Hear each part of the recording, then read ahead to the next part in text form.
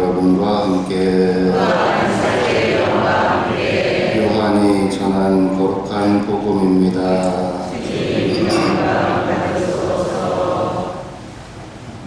유다인들의 파스카 축제가 가까워지자 예수님께서는 예루살렘에 올라가셨다. 그리고 성전에 소와 양과 비둘기를 파는 자들과 환전꾼들이 앉아있는 것을 보시고 끈으로 채찍을 만드시어 양과 소와 함께 그들을 모두 성전에서 쫓아내셨다. 또 환전상들의 돈을 쏟아버리시고 탁자들을 엎어버리셨다. 비둘기를 파는 자들에게는 이것들을 여기에서 치워라. 내 아버지의 집을 장사하는 집으로 만들지 마라 하고 이르셨다. 그러자 제자들은 당신 집에 대한 열정이 저를 집어삼킬 것입니다 라고 성경에 기록된 말씀이 생각났다. 그때 유다인들이 예수님께 당신이 이런 일을 해도 된다는 무슨 표징을 보여줄 수 있어 하고 말하였다. 그러자 예수님께서 그들에게 대답하셨다. 이 성전을 허물어라. 그러면 내가 사흘 안에 다시 세우겠다. 유다인들이 말하였다. 이 성전을 46해나 걸려 지었는데 당신이 사흘 안에 다시 세우겠다는 말이요. 그러나 그분께서 성전이라고 하신 것은 당신 몸을 두고 하신 말씀이었다. 예수님께서 죽은 이들 가운데서 되살아나신 뒤에야 제자들은 예수님께서 이 말씀을 하신 것을 기억하고 성경과 그분께서 이르신 말씀을 믿게 되었다. 파스카 축제 때 예수님께서 예루살렘에 계시는 동안 많은 사람이 그분께서 일으키신 표징들을 보고 그분의 이름을 믿었다. 그러나 예수님께서는 그들을 신뢰하지 않으셨다. 그분께서 모든 사람을 다 알고 계셨기 때문이다. 그분께는 사람에 관하여 누가 증언해 들 필요가 없었다. 사실 예수님께서는 사람 속에 들어있는 것까지 알고 계셨다. 주님의 말씀입니다. 하나님의 뜻으로 사랑합니다. 사랑합니다.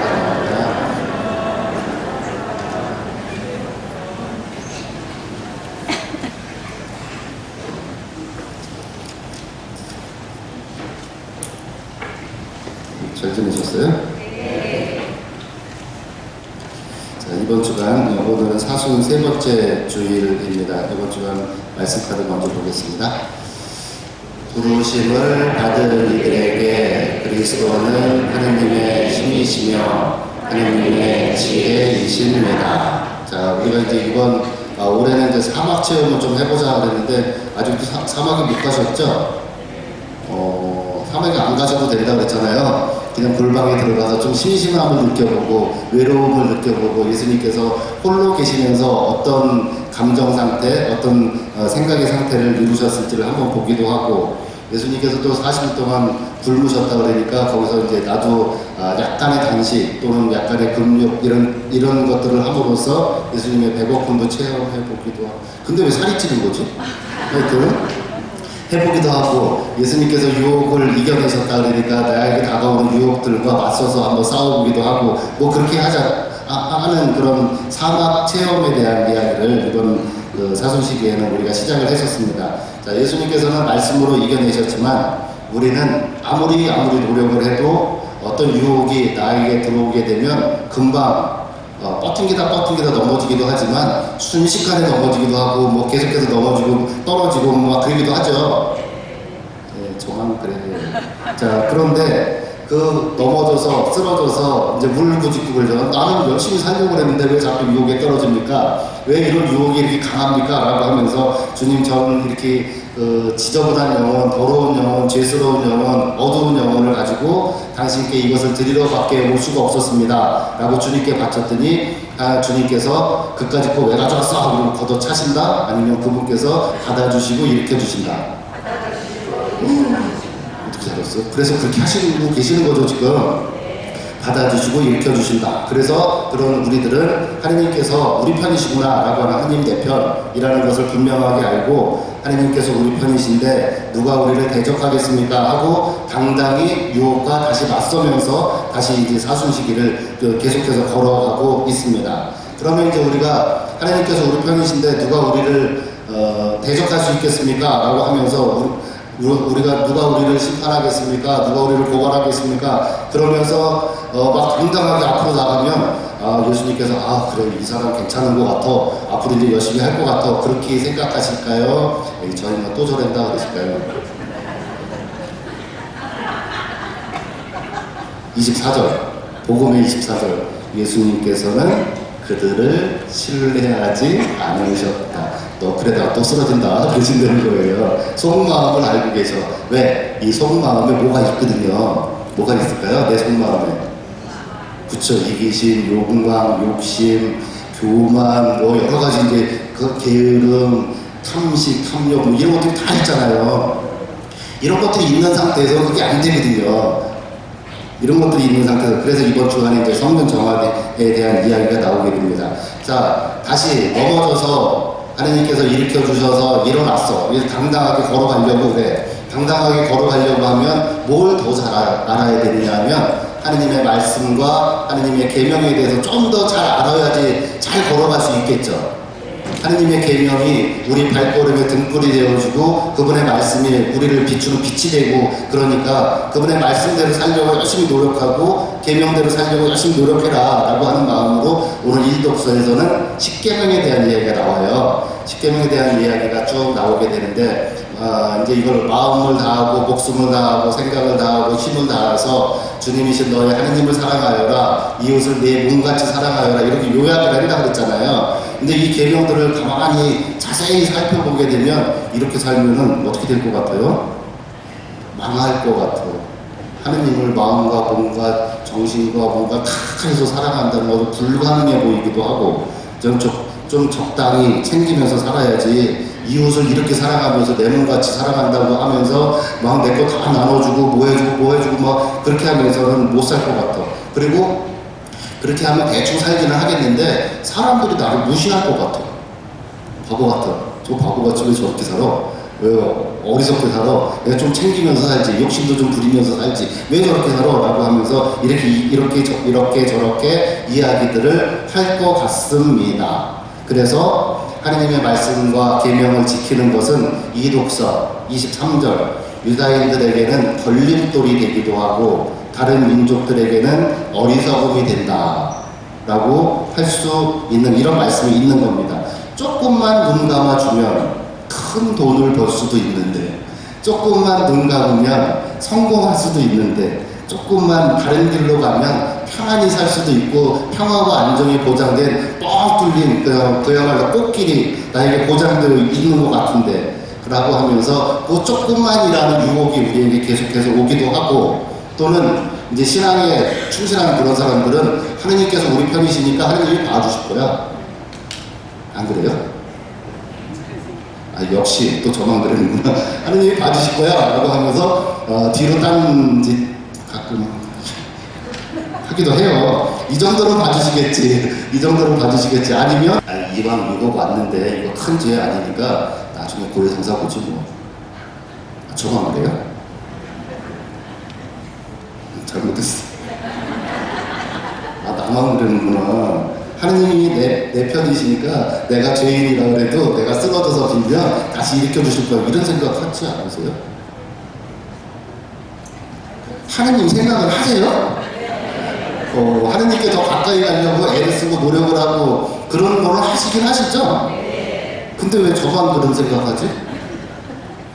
그러면서 이제 내 성전이, 내 마음이 계속해서 이런 유혹으로 가득 차 있고 또는 안 좋은 그런 마음으로 가득 차 있는 이런 상태인 것을 우리가 발견을 하게 됩니다. 이런 유혹과 계속 대척을 하다 보니까 내가 마음 깊은 곳에 어딘가 나에게 안 좋은 것이 있구나, 어디엔가 뿌리를 받고 있구나. 이걸 7조에 좀 이렇게 얘기를 하잖아요. 이런 것들이 뿌리 박아서 이걸 좀 뿌리째 뽑아야 되는데 어떻게 했냐, 하느님을 모셔야 되는데 각종 이기심이나 탐욕이나 교만이나 게으름이나 편안함이나 뭐 이런 저런 것들이 내 안에 뿌리를 받고 있어.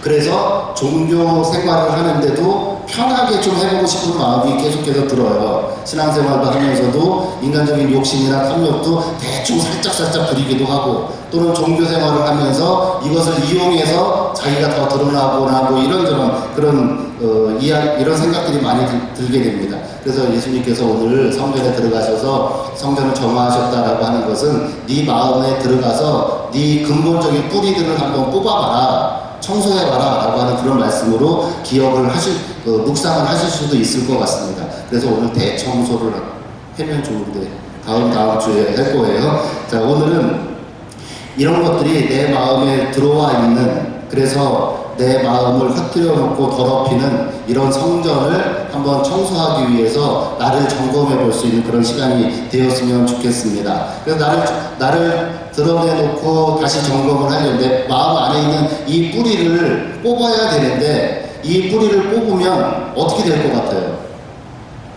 내가 없어지는 것 같은 느낌이 들거든요. 내가 사라지는 것 같은 느낌이 들어. 더 이상 내가 아닌 것처럼 돼버려요.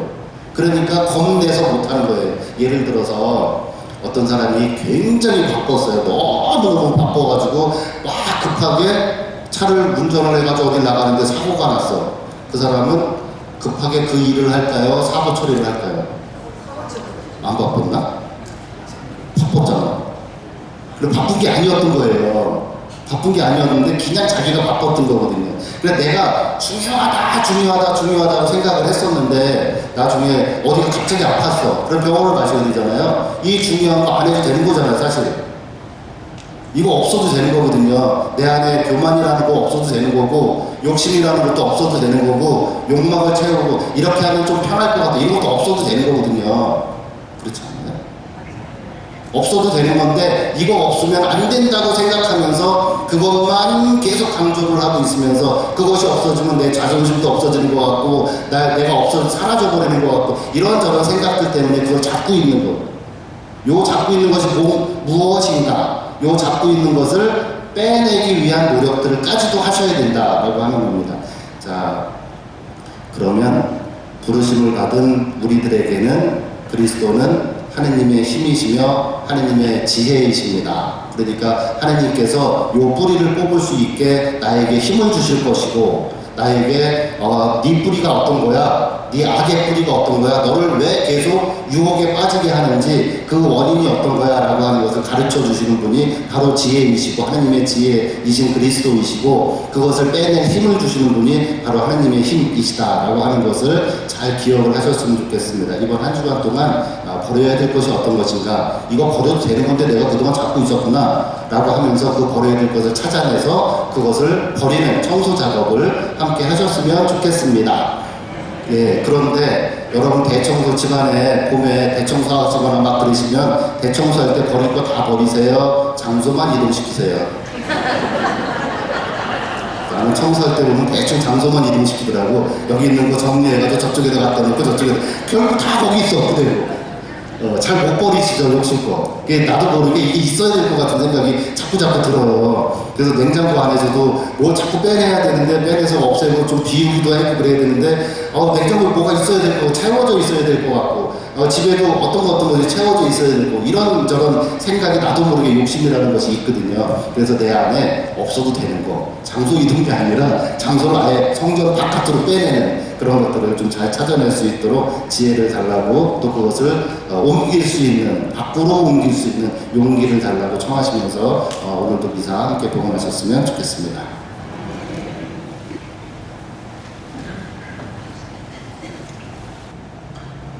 너희는 모두 이것을 받아 먹어라. 이는 너희를 위하여 내어줄 내 몸이다.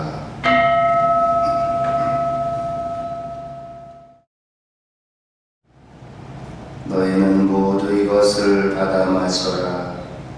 이는 새롭고 영원한 계약을 맺는 내 피의 잔이니 죄를 사하여 주려고 너희와 만일을 위하여 흘릴 피다. 너희는 나를 기억하여 이를